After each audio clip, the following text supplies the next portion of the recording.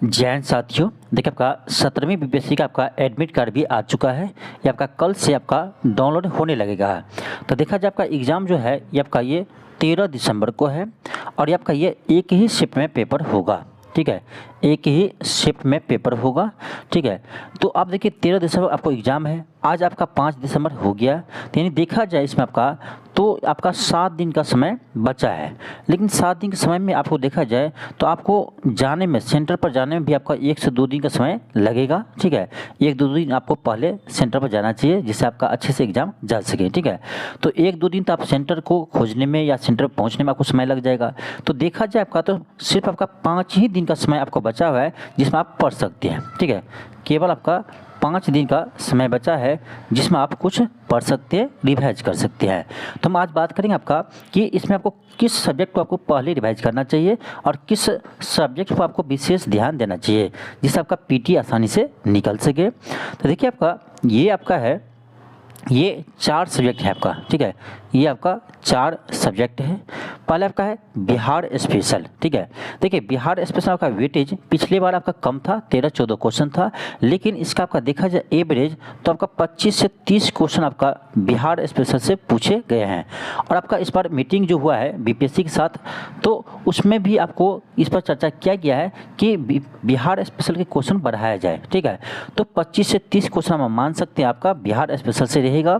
और हिस्ट्री से भी आपका 30 प्लस के आसपास आपका क्वेश्चन रहता ही रहता है, तीनों मिलाकर। ठीक है, फिर आपका बात करें करेंट अफेयर, तो करेंट अफेयर से भी आपका देखा जाए बिहार के करेंट अफेयर को लगा करके तो यहाँ से भी आपका लगभग 30 प्लस क्वेश्चन आता है। आसपास 30 के आसपास बता सकते हैं, ज़्यादा भी हो सकता है, थोड़ा कम भी हो सकता है। और साइंस से भी देखा जाए तो आपका लगभग 30 के आसपास ही क्वेश्चन पूछे जाते हैं। तो देखा जाए आपका तो ये आपका 4 सब्जेक्ट है, ये आपका सबसे मेजर सब्जेक्ट आपका है, मेजर आपका ये पार्ट है जहाँ से आपका क्वेश्चन एग्जाम में अधिक आते हैं। तो आपको रिवाइज करना है तो सबसे पहले आप बिहार स्पेशल को पकड़िए, फिर आपका हिस्ट्री को पकड़िए।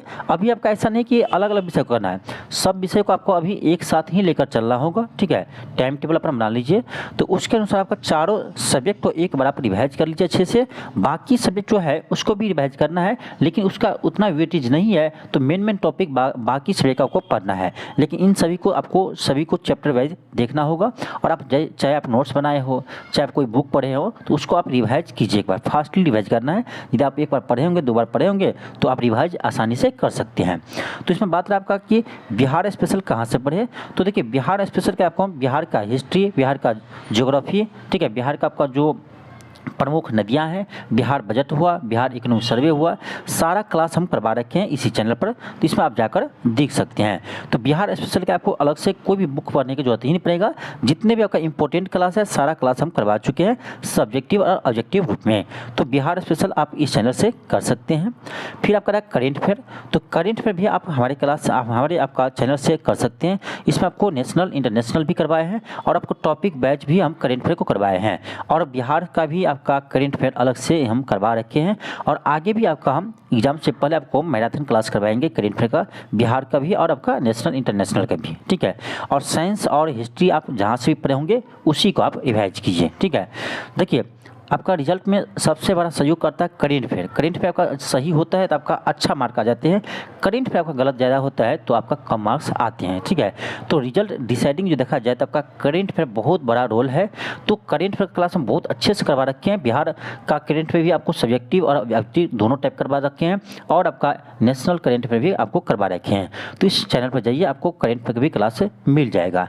और बिहार स्पेशल का एक भी क्वेश्चन नहीं छूटेगा जो हम क्लास करवा रखे हैं, तो वहाँ से आप रिवाइज कर सकते हैं। हालांकि आप जहाँ भी पढ़े होंगे पहले वहाँ से आप अच्छे से रिवाइज कर सकते हैं, कोई जरूरी नहीं कि आप यहाँ से ही पढ़े, लेकिन आप कहीं से भी आप रिवाइज कीजिए। ठीक है, लेकिन शॉर्टली टाइम में करना है तो आपको जो हम क्लास करवाए उसको एक बार जरूर देख लीजिएगा।